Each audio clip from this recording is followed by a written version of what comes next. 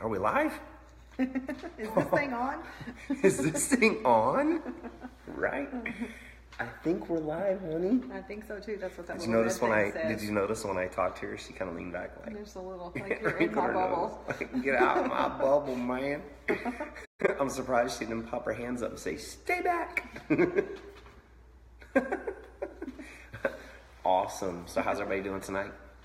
We're populating at the moment. Good stuff. I like it. I like it. I like it. So how was your day today? That's good. It was real good.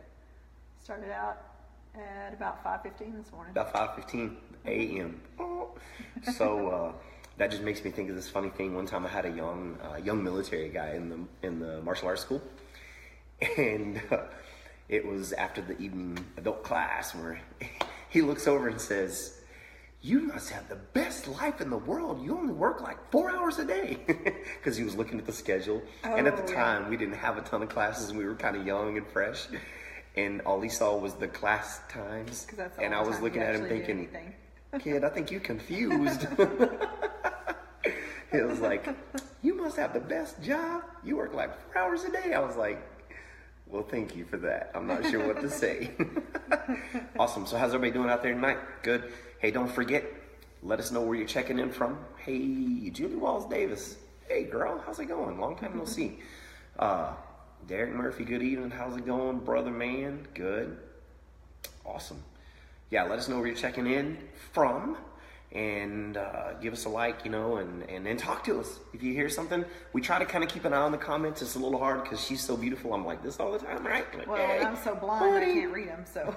Yeah. And she's blinded by my amazingness is what she meant to say. And she's like, I can't see that screen because you're so bright, honey. Whatever.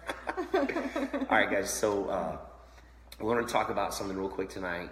Who scored what in relation to marriage, being married like a champ. So who scored what? Now, it's my turn to talk. Oh, my bad. Is it always your turn to talk? Always my turn. Go ahead, so I think a lot of people feel like you see memes and you see all this stuff about it, that the best thing in the world is to have somebody love them. And I have to tell you, You mean that's not?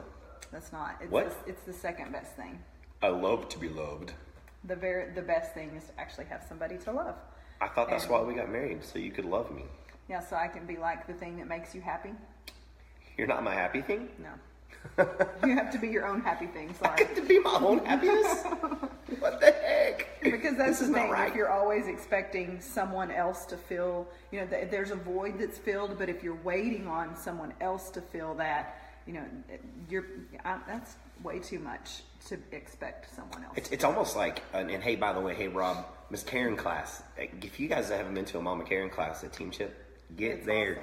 Awesome. Hang on, guys. I got something popping up on my screen. Got it. So, anyway,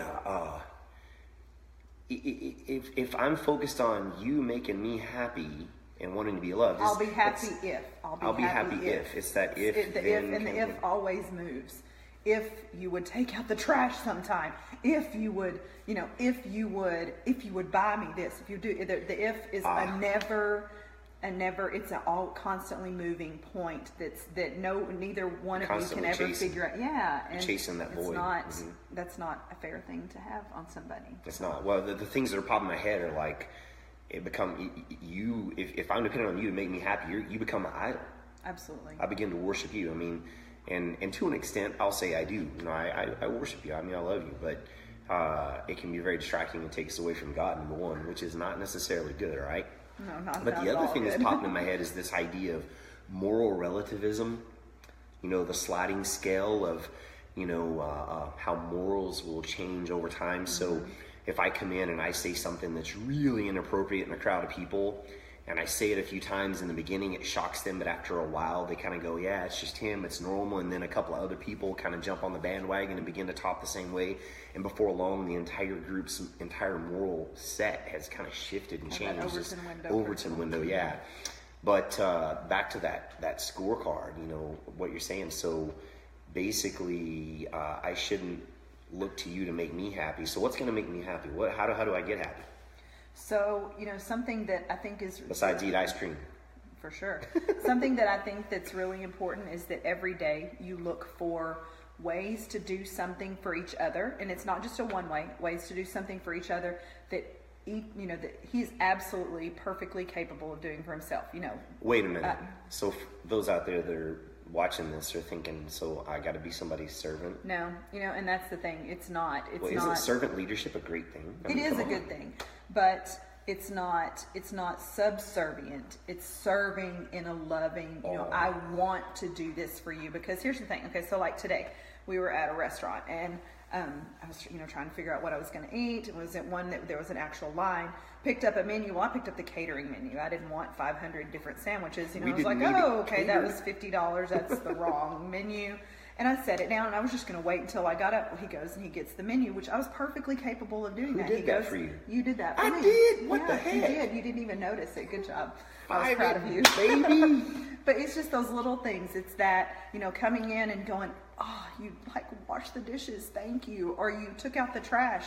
Or just those little things that each other is perfectly, absolutely capable of doing. But it's not my job, his job. It's doing something nice for each other, that just, because what it does is it says, I was thinking about you when I did this. I love you. I wanted to make your job for the rest of the day, or the rest of your day, easier, better, more comfortable. I wanted to have this done so whenever you got home, we could just sit on the couch and watch TV, or just something, just showing that you're thinking about each other. Absolutely. So in order for me to be happy, I don't need you to love me. I need to love you. Right. So the number one key to happiness is not someone loving you, but you loving them. That makes me also think of, when your kids are young and Christmas is coming, or their birthday, and it's like, I can't wait to get my gifts, right? Mm-hmm. And they have that kind of expectation. And as they are growing up, you have these conversations with them, and you say, hey, what's your favorite part of Christmas? Getting a gift. And you give them the opportunity to maybe go pick a gift for somebody and give it, and they get to experience that giving. Oh, and they're so excited. I mean, even if you give them $5 and they get to go, and they can give you the most, who knows what gift, and they are so absolutely excited to give it to you. Now, here's another little side note.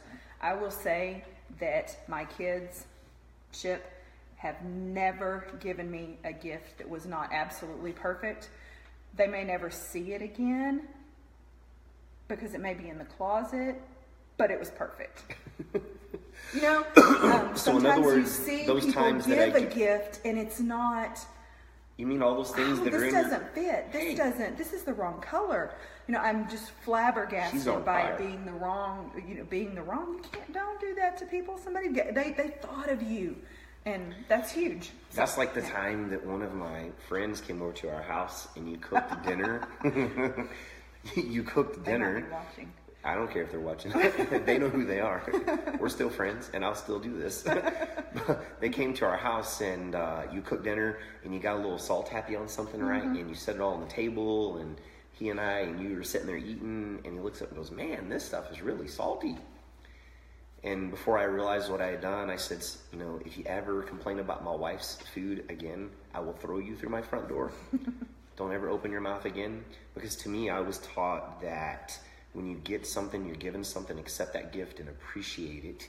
And even if it's not something you care for, you take it and you respect it. And you say thank you, and then re-gift it. I don't know. Yeah, you can re-gift it, right? So all that stuff in your closet I've been getting you lately, it's okay, now I know. I'm just kidding. So anyway, guys. I've been married 26 years. There's been lots of different. 26, really? Okay.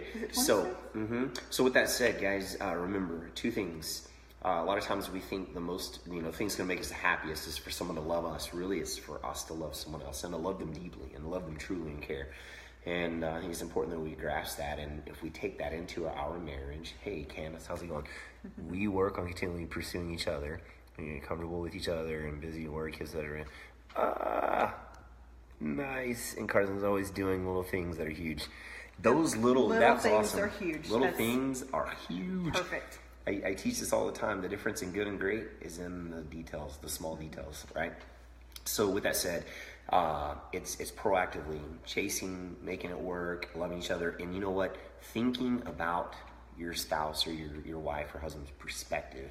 You know, what was their day like? What did they deal with today? What are they thinking about? Where are they at? And considering that through our actions, and what can we do to help kind of make their life better, easier. And it just makes things good. And we had in there, what was the score or whatever that post was, and it's don't carry a scorecard. And this is true with anything: life, business, kids, family, your marriage. You know, if you do something for your spouse, you need to do it because you want to do it, because you intended to do it, and because you love them and you care, and not expect necessarily a direct return. Yeah. I don't. You don't do something nice and then go, and then they walk in and not reciprocate that, and you go, but I just did this and this and this and this, because then you have not. Then it's right. a transaction, and that's not love. The reason she knows is because I've done that stuff to her before. I have too. And we all have. And again, in these videos, we're not experts, but just want to share some of our thoughts on this concept, because it's kind of heavy on my heart. I think hers too. Because we want to see people succeed in their marriages, because that's the root of our amazing country and who we are and what we do. We got to keep the family tight, strong, and healthy, and so on. So with that said, remember, love them. Don't keep a scorecard, man. Don't keep a scorecard. And make it a point to every day do something nice for each other that they can do for themselves. Absolutely. Whether it's, and it can be really small. Simple. Like really small, like. They're cooking supper and you go and you loosen the jar top. And sometimes I can't do it. And I'm like, hey, I can't get this top off. Right. but sometimes just, literally little things. Examples today, I ran in midday, had a long morning, needed to jump in the shower to head to something else. And I hear Glenann holler at me, hey, I laid out A and B in here because I knew you'd be looking for it, and it wasn't where you thought it would be. I didn't even think of it, but she had, and it was there. Made my life tons easier. And I think the next thing is make sure we're passing this on to our kids too, is say thank you. Yeah, say thank you. Receive it. Leave a note in their car for them for their drive to work in the morning. That's beautiful. Awesome. That is awesome. It's really good. Powerful stuff. Little notes, little hugs, little kisses, little thoughts, and again, just without the expectation of a return. I think that's really key. Summing it up, learn how to love someone else more than yourself. Yeah. Love someone else more than yourself. Hard to do, takes years. And remember, I had mentioned this a while back, but I recently read something that's still heavy on my mind. It takes 10 years sometimes to get transition and kind of retrain your brain from being a single person to being a married person. So, keep that in mind. Hang in there, grit it out through the tough times. You have a tough spot. Welcome to the club. We all do. But remember, love someone else more than yourself. And that's a big key to making that work out. Hope you guys enjoyed it. Yes. Thank you guys for listening. I love listening to her talk. You guys have a great night. Married Like a Champ. Please do me a favor and share them. Jared, love Married Like a Champ. And you're popping in from up in the Boston area, right, Jared? Nice, brother. Hey, Mr. Brian. Have a great night. Share them. Let us know what you think. Shoot us some questions, some thoughts, and would love to address things, talk to you guys about things in particular if you have interest. Hey, Jerry, thank God for the little things. That's right. And, our prayer for you guys is to make it work hard together, love each other, love God first. All those things are super important. So y'all have a great night. Be married like a champ, guys.